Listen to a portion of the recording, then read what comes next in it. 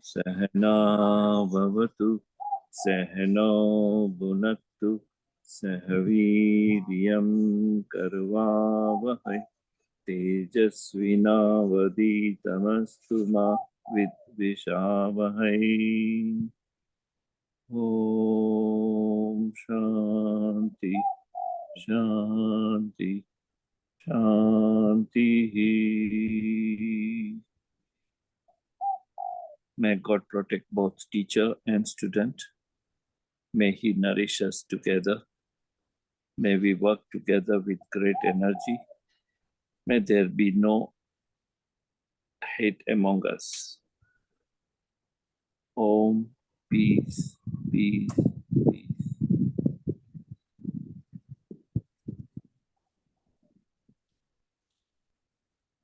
Okay. Wish me Happy Teacher's Day. What exactly does it mean? Can you tell me Happy Teacher's Day, or we say anybody Happy Birthday or Happy Anniversary? What are we trying to convey? We wish that the other person be happy. Is that right? But does happiness come likewise?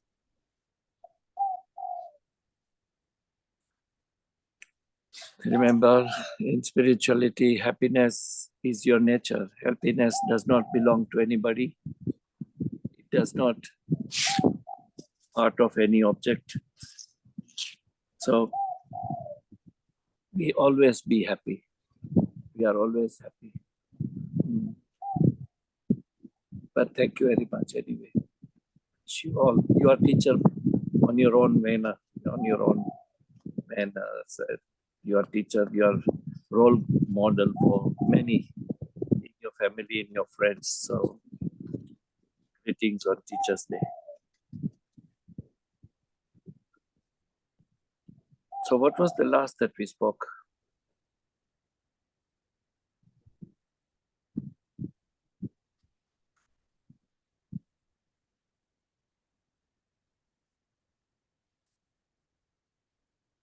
I think if I remember right, we spoke about identifying one spiritual wisdom that you like to follow, that you like to identify, that you like to recognize, and then to do the self-assessment whether you are living life accordingly or not. Wasn't that what we spoke last? Yeah. So it was 2 weeks ago that we began. Last week I did not check, but I think most of you did not respond or share, assuming you didn't find time. Another week passed, and I want to check if you had found time to reflect on that.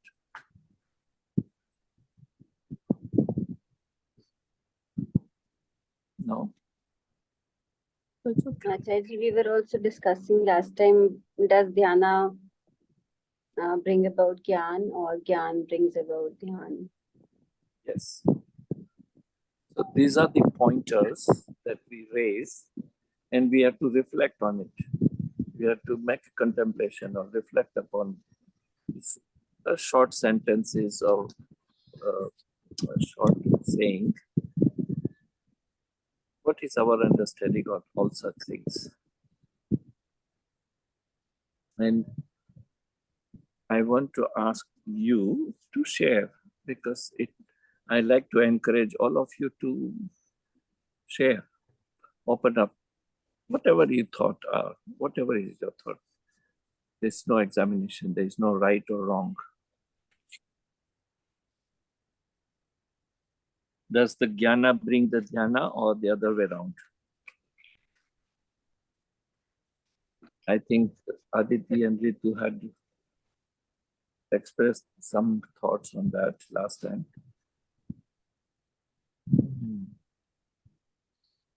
And my opinion was, sorry? No, please carry on. I said my opinion is that the jnana brings the dhyana, and I try to justify my understanding. How does the jnana bring the dhyana? But we should all reflect on it and give our own opinion. Again, there is nothing right and wrong. It's our, whatever is our thought.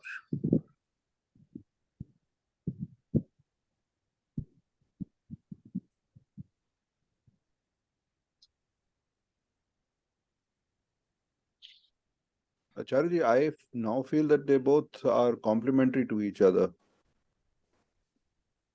That is for sure. They Yes, both I agree. Yes. One without the Yes. other is not possible. So it's a little bit of both, I guess. Yes.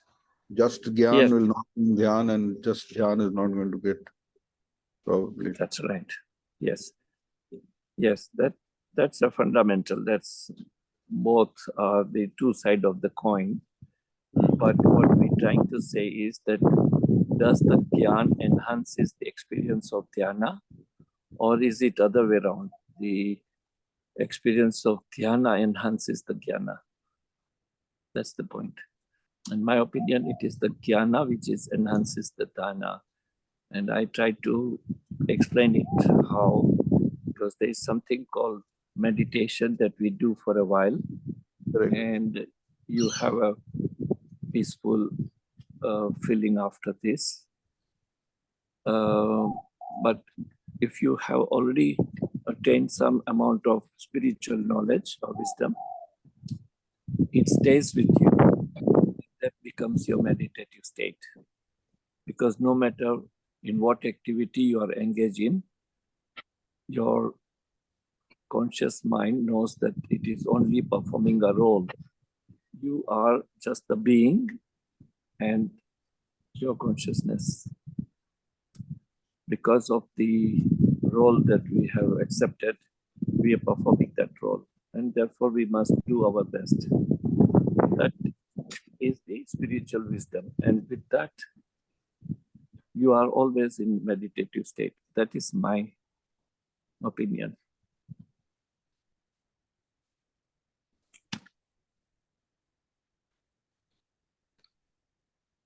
So here is in support of what I just said. How many of you have read Bhagavad Gita? Yes, Banashri? Acharya ji, if we do something with a deep concentration, is that dhyana? Can you consider it that is a dhyana? Any work also with deep concentration? Yes. Is that kind of dhyana? Yes, it is. But it is more than a concentration. Concentration is prerequisition of jnana, but awareness is the fundamental thing, that you are aware of the awareness. Yeah. Now, being aware of the awareness is being here and now, and that is equivalent to dhyana. But the dhyana is whenever we are only thinking about spiritual thing, is that dhyana? Yes, of course. Here we are only talking about the spiritual wisdom and spiritual knowledge.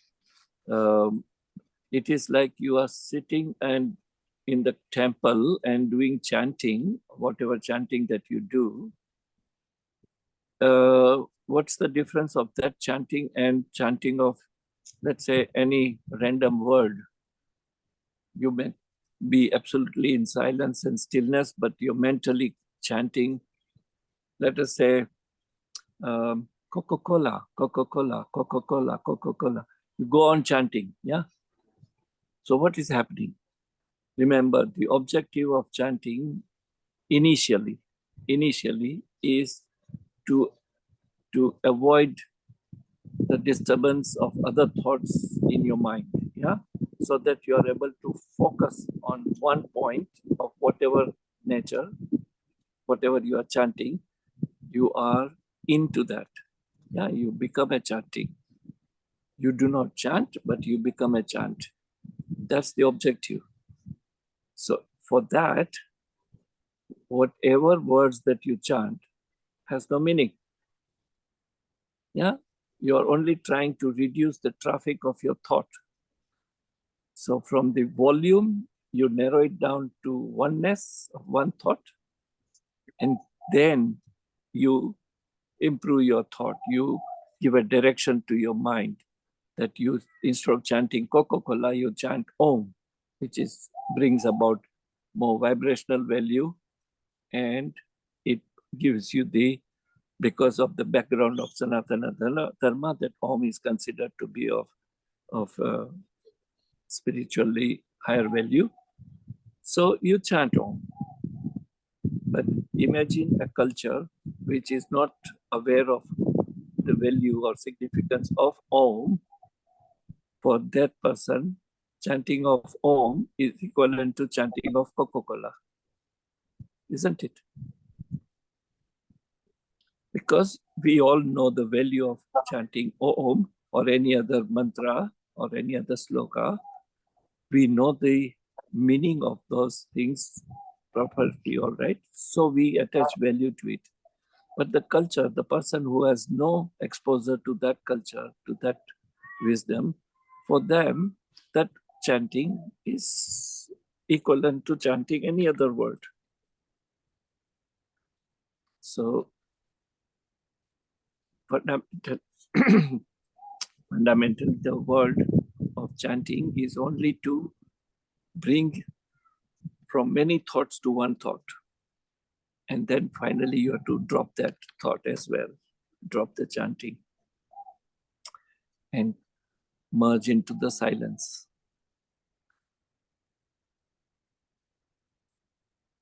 So dhyana is also when you are fully concentrated and being aware of the awareness here and now becomes your dhyana.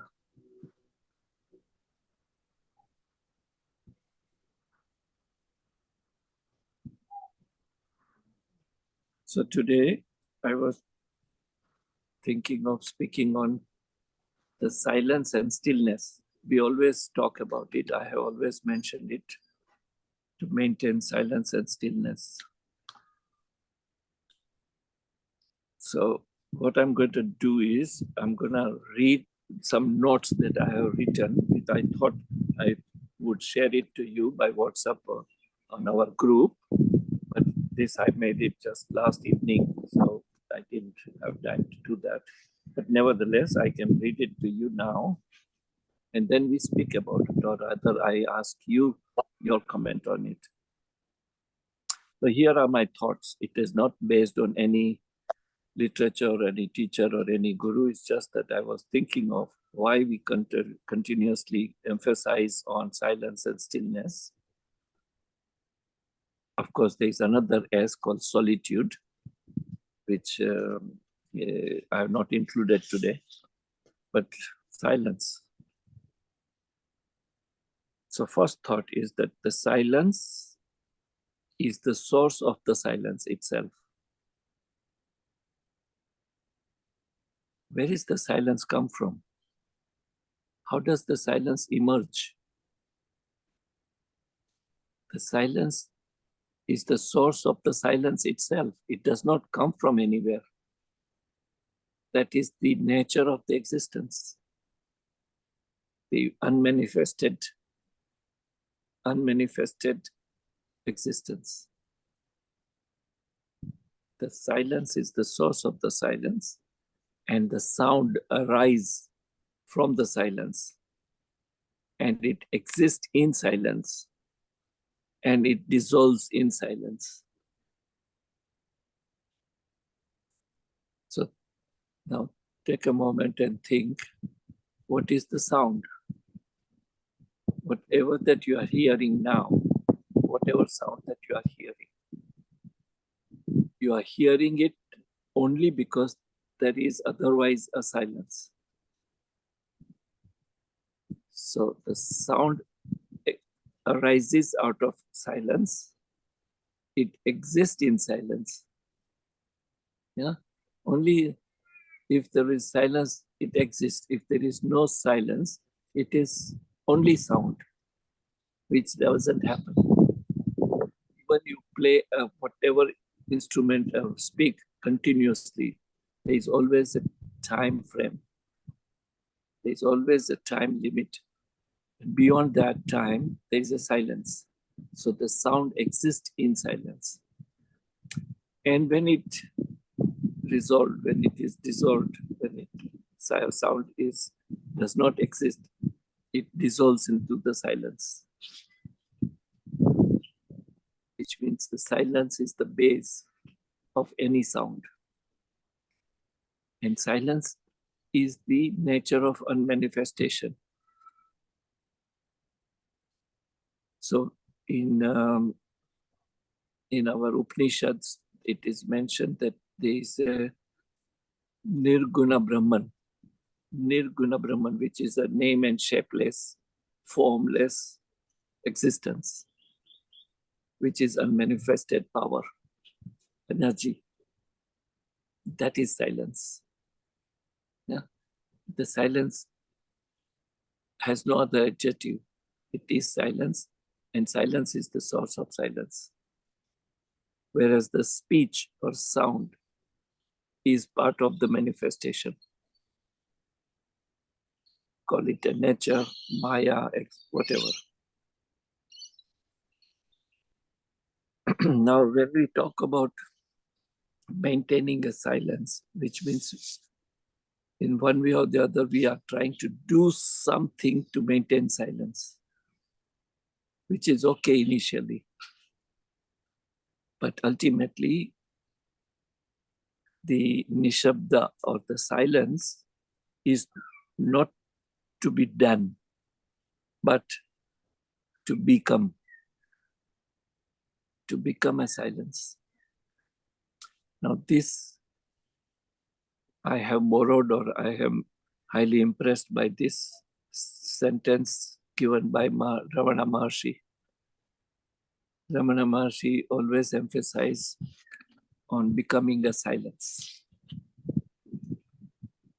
So, but in order to become a silence, initially you have to practice to observe silence, which means to do silence. There is some amount of effort to maintain silence. But that sadhana ultimately culminates in becoming a silence, which is what he was. And that silence has the power to convey what words cannot convey, or many times words fail to convey.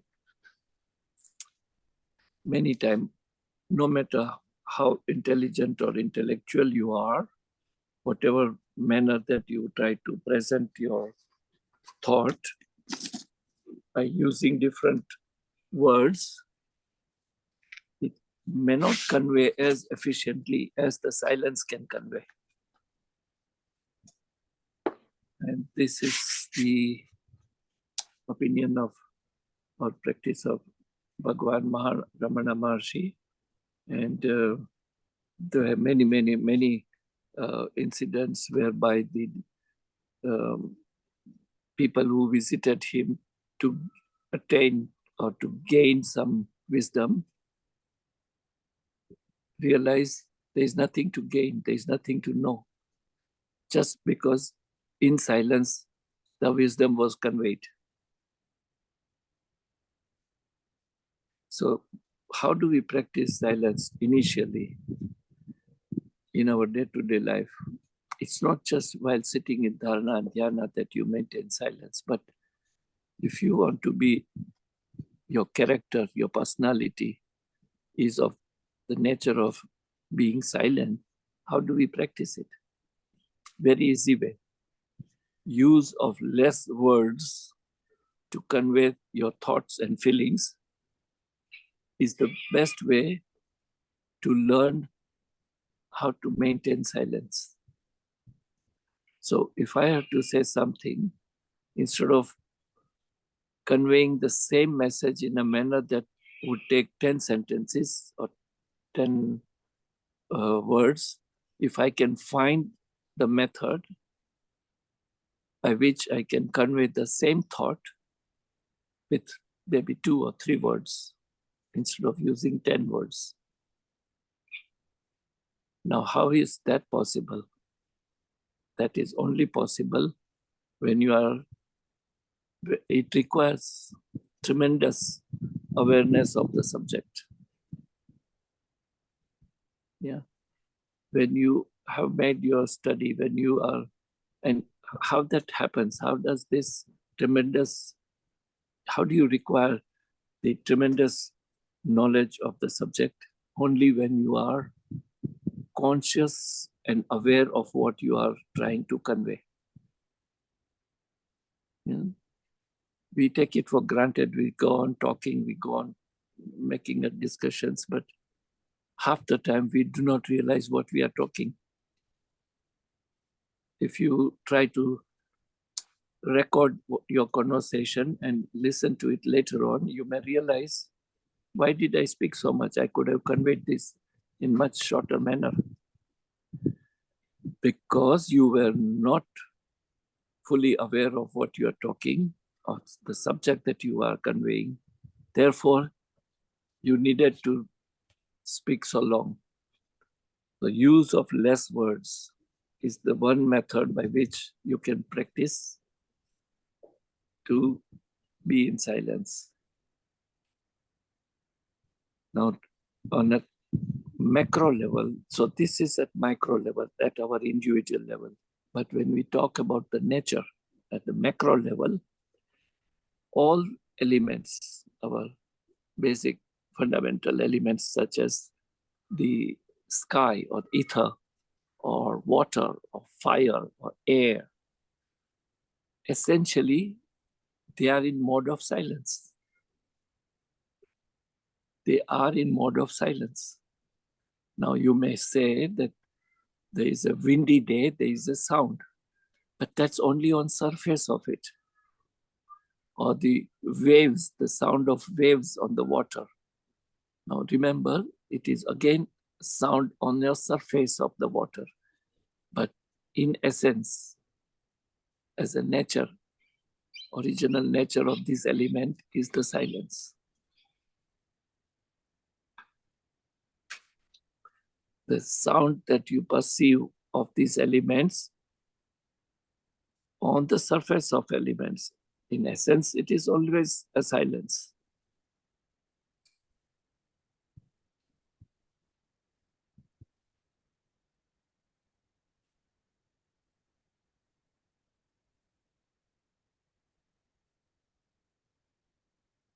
Now there is another, I do not know how did I write this, but I have written silence is to let our original nature to flourish and allow power of the existence to reveal itself.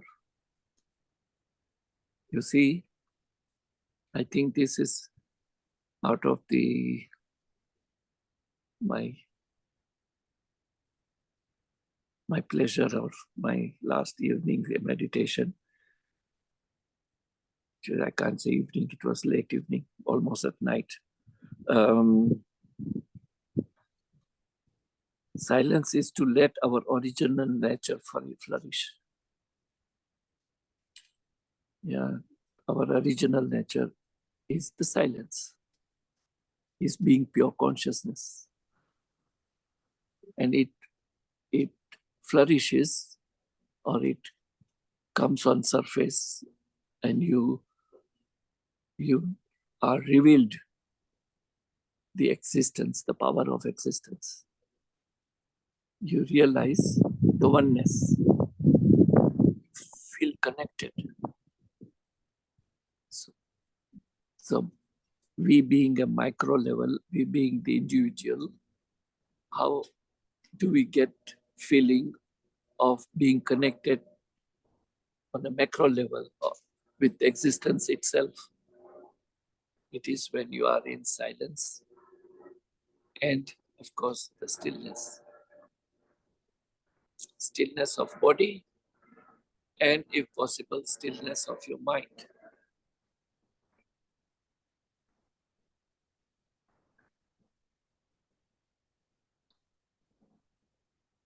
Start from the total awareness of the sound. Yeah. As I said in the beginning, sound arises from the silence, exists in the silence, dissolve in silence. So to begin, we have to be totally aware of the sound. Many times, if you recall in the meditation, I try to say, concentrate or bring your focus on whatever sound that you hear. But do not identify, do not make any judgment or make any mind play as to this sound comes from the fan or from the washing machine or from the air conditioner or from the watch or clock, or is it bird chirping? No, do not get into detail of the sound, but just listen to sound as it is, whatever it is. Just hear the sound as it is. When you hear the sound as it is and refrain from the play of your mind by naming the source of the sound. When you name the source of sound, unknowingly your mind starts functioning. Why is it making sound? Why is it loud? Why is it subtle? Why is it soothing? Why it is not soothing? All sorts of thoughts will come because it's a play of your mind. So do not bother about source of the sound. Just enjoy the sound itself, or rather notice and aware of the sound. So total awareness of the sound. And when you are in that, without your knowledge, you will slip into what is known as a soundlessness, which means your ears may hear the sound, but your brain will not perceive it, which means the signal of the sound would not travel beyond your ears, which are tools, and your brain will not get engaged in identifying or naming the source of the sound. When you are in that position, you are into soundlessness. And finally, when you continue to be in that state of soundlessness, you are maintaining the silence, and eventually you become the silence. So this is the progressive method of practicing sadhana, of experiencing the sound, soundlessness, silence, and then become a silence.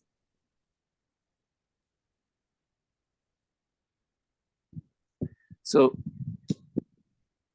silence is not just merely shutting off your mouth, yeah? Or stillness is not just the refraining from the movement of your body, but the silence is to lead itself. The silence leads itself to the experience of silence, which means you will have experience of the existence per se, which means you will have the state of turiya, being into that pure consciousness.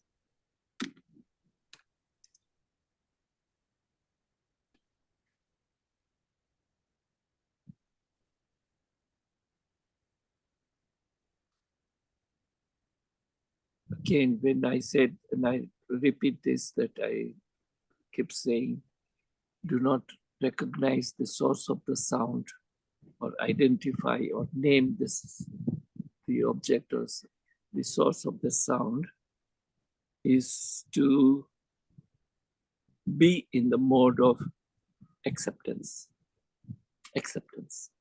Whatever sound that you hear, whatever that you are hearing, if you are making no judgment on it, you are in mode of acceptance. When you are in mode of existence, ultimately it results into developing the feeling that you are accepting the existence. whatever it is, however it is, you are accepting it. And when you are in total acceptance of the existence, you become a silence. Then there is no doing.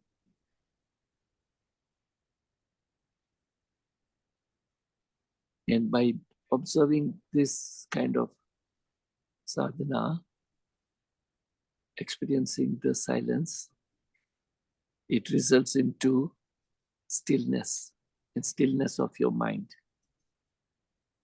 Because you are in mode of acceptance. Whatever is happening, you are not trying to justify it or give any reasons for what is happening, but you are accepting it. And in such case, you are maintaining silence and you are practicing the stillness, which is nothing but two sides of the same coin.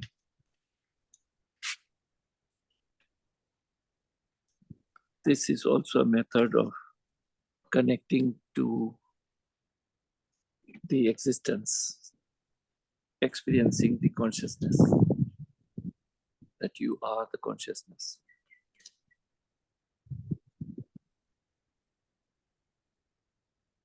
So this was my latest experience of yesterday, and I mean, not experience, I would say my thoughts.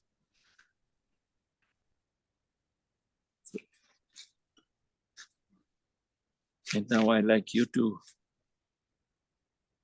share your thought if you agree with this or you do not agree with that. Both are okay. As I said, there is nothing right and nothing wrong. Acharya Hari Om. Hari Om. Acharya, just you told that's silence and stillness. But you also showed acceptance.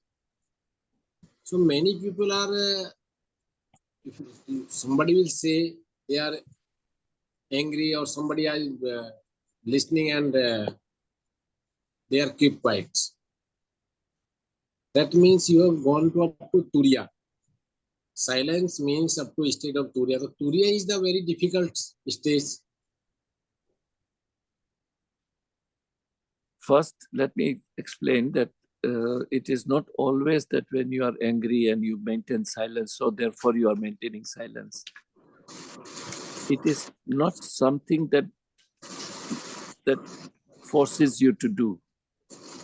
Yeah, it has to be your choice. It has to be your desire to accept as it is, whatever is the condition, situation, relations, whatever is the circumstances, you are accepting it. This is to start. I do not mean that if there is something fundamentally wrong and you keep accepting and you become a doormat for people to rub on you. I don't mean that. What I'm trying to say, as long as the spiritual wisdom is concerned, as well as our evolution, spiritually speaking, is concerned, the silence comes as a result of your acceptance of whatever happening. This is, when you accept as it is, there is no sort of possibility of any argument or confrontation, because you are accepting, and it makes you feel peaceful, and you are able to maintain the silence. You are able to maintain silence because you do not want to make any judgment. Now, it is not that some situation forcing you to do it. Has to be your choice, which means, once again, it should be done in awareness. It should be your choice. Now, as far as Turiya is concerned, Turiya is the state when you, it's not that it is rare. It is not that only somebody can do. Anybody can do it, and anytime it can happen. The only requirement is You are aware of the awareness, and you are, which means you are here and now in whatever function that you are performing. I'm not saying that you are doing meditation or doing, let's say, any amount of devotional services. Even if you are doing your work at your business or in your office, if you are putting yourself 100% physically, mentally, emotionally, intellectually, which means you are here and now, that state, that moment becomes equivalent of Turiya, because you are into this moment. You are in present moment. Only thing that stays in present moment is that consciousness. Remember, I mentioned that body is part of the space, and the mind is the part of time. These two elements, everything in existence is within the space and time. So if at macro level, if everything is part of space and time, at micro level, we are also in space and time. So our body is in space because it has the ability of movement. Mind is in time, which means mind has the ability to go into so-called past, so-called future. In reality, there is no past and future. And therefore it is delusion. It is the play of your mind. But when you are here and now, in this moment, very existence, yeah, then you are operating out of your pure consciousness. That could be called Turiya.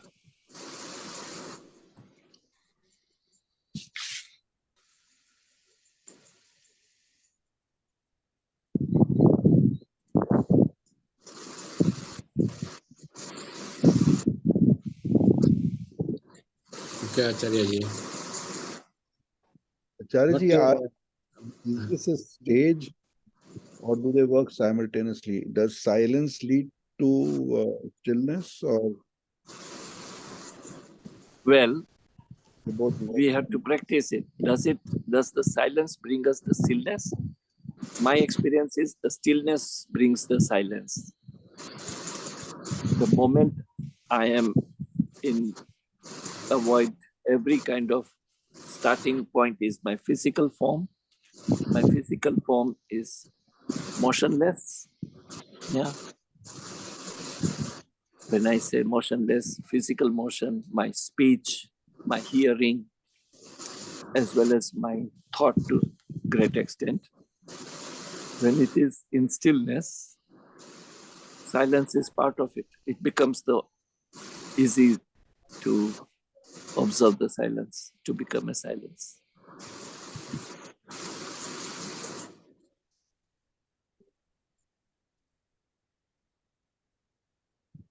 Because try to imagine other way around, you may be observing silence, yeah? But how will you refrain from bodily movement? You can continue your activity while maintaining silence. Not speaking is a part of silence. Actually, when we talk about silence, we talk of total silence, which means you are neither speaking nor making any sound physically by making any physical movement, not even hearing, not even seeing, because through your eyes, we do not know the sound travels, because your eye catches the reflection of the image and your brain and mind start functioning. You may not have words, but internally there is a dialogue happening. So there is no silence. To become a silence, all your sense organs have to rest. And when you put your sense organs to rest, you are almost in a state of coma. whereby a person lying in coma does not have no body activity, his mind is not performing, his speech is not functioning or not operating, he is not able to speak or hear or see, no movement.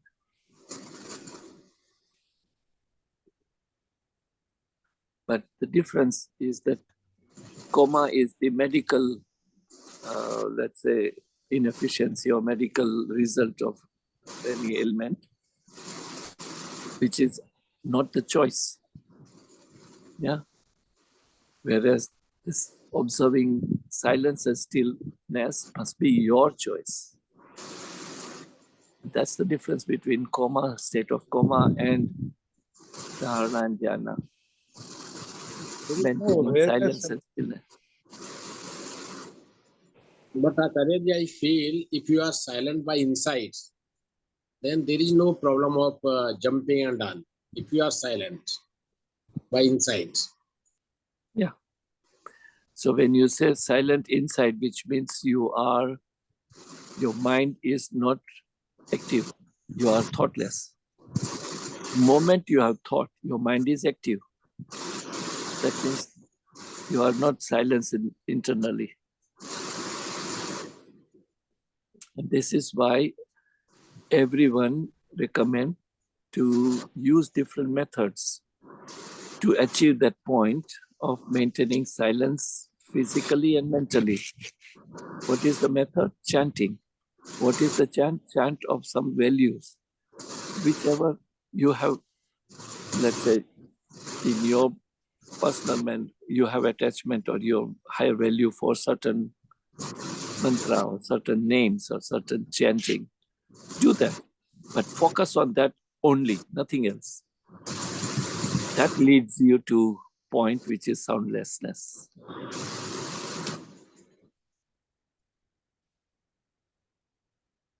But Acharya, if you are not silent by inside, means your thought and everything, and you are still sitting, there is no movement of your body. Then also you are not in silent position. So you have progressed when you are saying that you are physically not active, you are sitting and doing your dhyana, and your mind is focusing on, let's say, one thing. I cannot imagine anybody which has got, let's say, mindlessness, which means no thought. We all possess the thought. Yeah, we by and large 60,000 thought every day. But you come to a point where you are just focusing one object or one subject that your mind is occupied. Yeah, it could be anything. Focus that. By itself, the mind will rest, which means that thought itself will dissolve. You are not the doer. You don't do it. It happens. And that's where I call the samadhi is the result of the grace. When you are totally thoughtless, you are in samadhi. And so samadhi is something that you don't do it. It happens. But to come to the point of samadhi to happen, we'd have to do this sadhana of dharana, dhyana. And so to focus on one thing and stay on that one, whatever is your thought, stay on it, stay a longer period, and then that thought by itself disappears.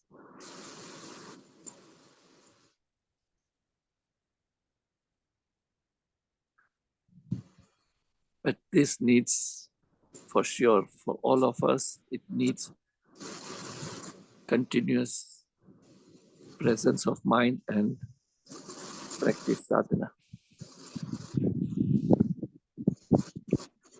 You cannot fall asleep by maintaining silence and stillness or dhyana, because the moment you go to sleep, you are not aware.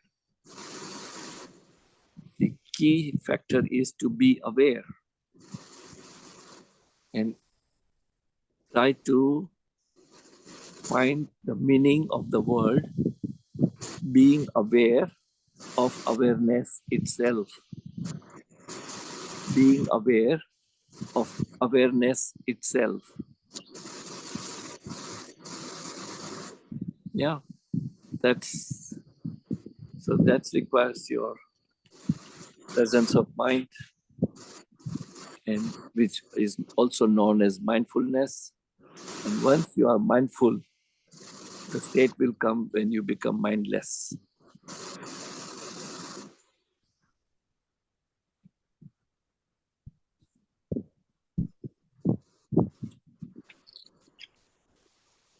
So before we conclude and offer our prayer, I wanted to ask you.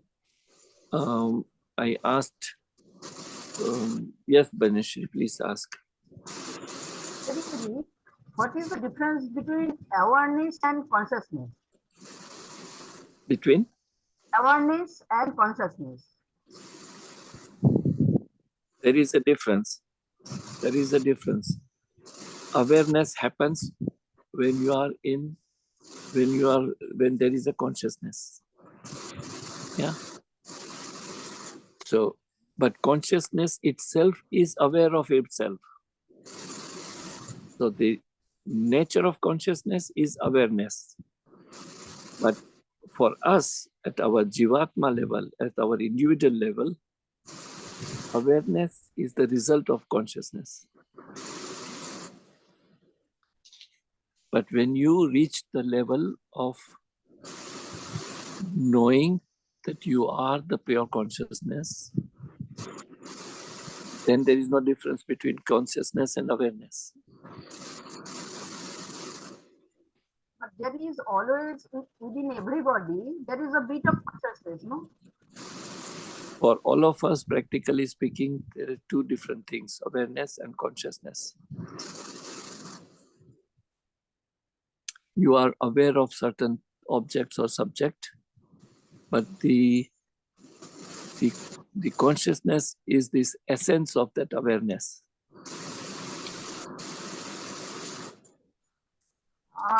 Actually, is it consciousness that is when we just link it with our external power or God? Consciousness does not need to prove itself. So you do not have to prove that you are the pure consciousness. It is the absolute truth. We only have to discover it. We have forgotten it. So the consciousness does not need any evidence or any proof. It is the fundamental absolute truth of the existence. It is out of what is known in our Sanatana Dharma or Sankhya philosophy, the power of delusion of Maya. Nature has two. There are two powers it possesses. One, it evolves, it sort of envelops the reality. So the Maya has the power of covering up the reality of absolute truth, which is the Brahman, yeah, and project something what is not real. These are the two basic nature of Maya or the Prakriti. Actually, it is too difficult. Please explain next day regarding Maya and illusion. Sorry? It's too difficult to understand now, Maya and illusion. So, This illusion is I knew this is the end result of talk, and this is why I wanted to propose to you, if you like, we can devote one class every week on a book reading. And I have mentioned it to you earlier, the book called Tattva Bodha. So if you are willing to find that book, purchase it or acquire it, and we will do the book reading every day, every time, whenever we have one Tuesday, we can do the book reading, and next Tuesday we can do the satsang. And in whatever time, 40 minutes, maybe we can read 2 pages, which is okay, or 3 pages, it's okay, or even 1 page. But that is one where it will give you answer to your question. When you say it is too difficult to understand Prakriti and Maya, then I think starting point is Tattvabodha, to know what is Maya, to know what is the existence, how did it exist, how did it manifest, what is manifestation and what is unmanifestation, what are the different bodies that we possess, what is the really absolute truth when we say of pure consciousness. All that covers up in that at very preliminary basis. So think about it. Good idea. But for the book reading, I need minimum 7, 8 of you. Right now, 5 of you, 6 of you, whoever.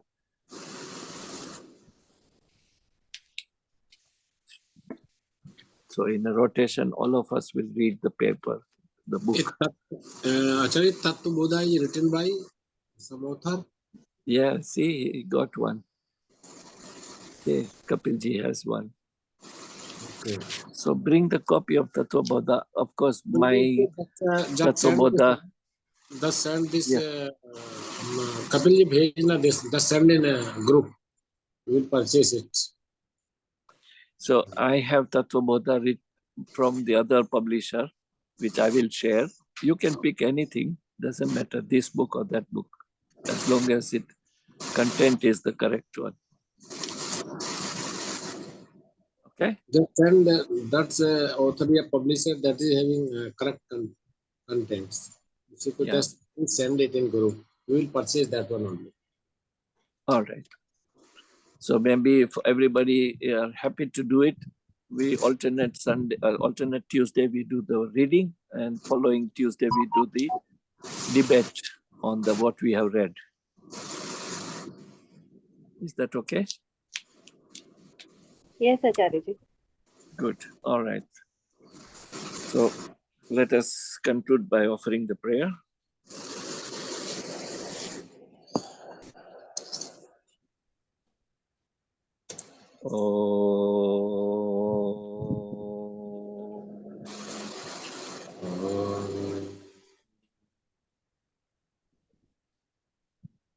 Asato ma sargamaya tamaso ma jyotirgamaya mrityorma amritangamaya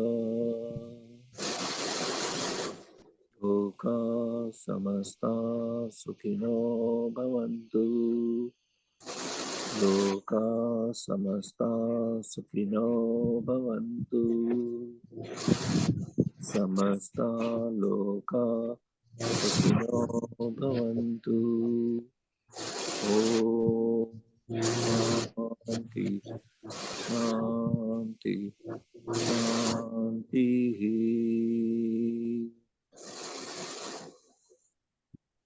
Thank you, God, for giving us air to breathe. Thank you, God, for giving us water to drink. Thank you, God, for giving us sun for energy. Thank you, God, for giving us food to eat. Thank you, God, for giving us good health and happiness.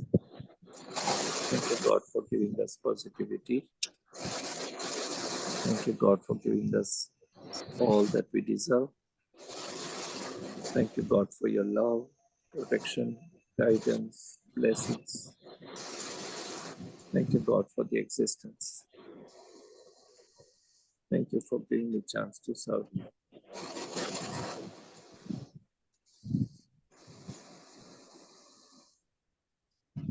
Thank you.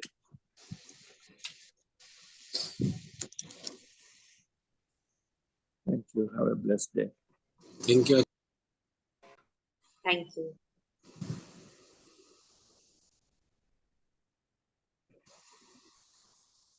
Thank you, everyone. See you on Thursday now. Send in your confirmation by Wednesday night as to who all are coming and not coming. Ending the session for all. Have a great day.